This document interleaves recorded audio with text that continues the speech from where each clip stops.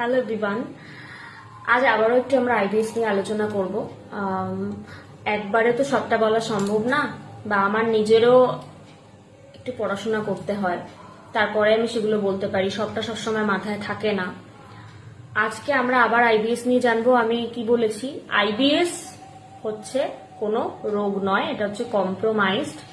আমাদের ডাইজেস্টিভ সিস্টেমটা কম্প্রোমাইজড হয়ে থাকে, সে হ্যাপি থাকে না, তাকে হ্যাপি করতে হবে, এবং হ্যাপি করতে গেলে আমাদের একটা লাইফস্টাইলে বড় পরিবর্তন আনতে হবে, এবং সেটা একদিন দুদিনের নয়, বা 1 মাস 2 মাস 3 মাসের নয়। 1-2 মাস বা 3 মাস করার পরে আপনি যদি আবার আগের জীবনে ফিরে যান, সেই সমস্যাগুলো কিন্তু আবার আসবে। মানে আইবিএস এর যে সিমটমস গুলোর জন্য আপনার মনে হচ্ছে প্রবলেম, সেই সিমটমস গুলো আবার ফিরে আসবে, মানে আইবিএস আবার ফিরে আসবে। এক কথা, যেমন এটা ডাইজেস্টিভ সিস্টেম কম্প্রোমাইজড হয়ে আছে, এটা অ্যাকচুয়ালি লার্জ ইন্টেস্টাইনের প্রবলেম। আইবিএস আমাদের এফেক্ট করে কোনটাকে? লার্জ ইন্টেস্টাইনকে।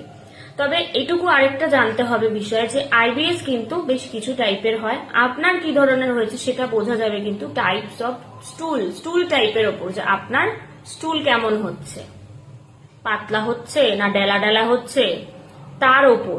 এখানে কিন্তু হাস্যকর কিছু না, এটাই এর ওপর বিচার করা হবে যে আপনার আইবিএসটা কি।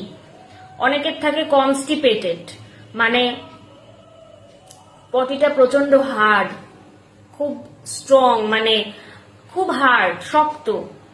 সেক্ষেত্রে কিন্তু সেই আইবিএসটাকে নামকরণ করা হয় আইবিএস-সি, মানে আইবিএস কনস্টিপেশন বলা হয়। মানে কনস্টিপেটেড স্টুল হচ্ছে সেখানে, তার মধ্যে ওয়াটার নেই, জলীয় ভাগটাই নেই। তার মধ্যে আবার এক একজনের হয় আইবিএস-ডি, যেটাকে বলা হয় আইবিএস, মানে আইবিএস হচ্ছে ডায়রিয়া, ঠিক আছে, যেখানে মলটা হবে একদম জলের মতো।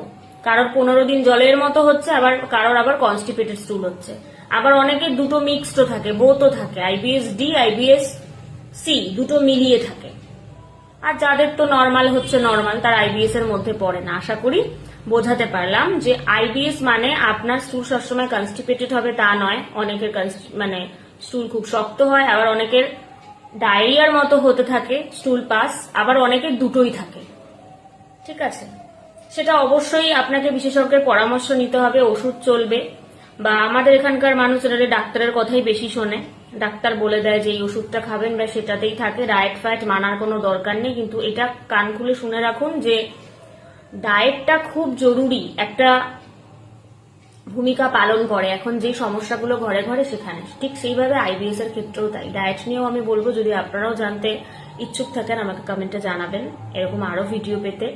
সবাই পাশে থাকবেন, সবাই ভালো থাকবেন, সুস্থ থাকবেন।